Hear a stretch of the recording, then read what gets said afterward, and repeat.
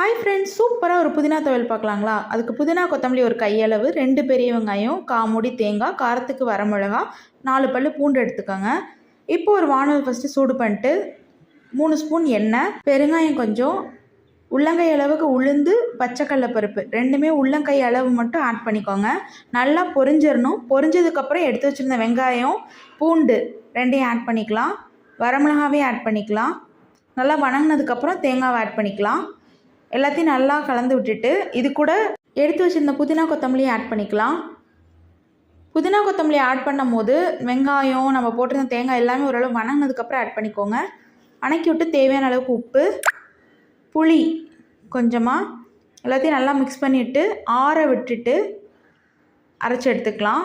பாருங்கள், எல்லாத்தையும் மிக்சரில் மாற்றியாச்சு. இந்த கொரகரப்புக்கு அரைச்சி எடுத்துகிட்டு சர்வ் பண்ணுங்கள். சூப்பரான புதினா துவையல் ரெடி. கண்டிப்பாக நீங்களும் ட்ரை பண்ணுங்கள். சப்ஸ்கிரைப் பண்ணுங்கள், ஷேர் பண்ணுங்கள். தேங்க்யூ.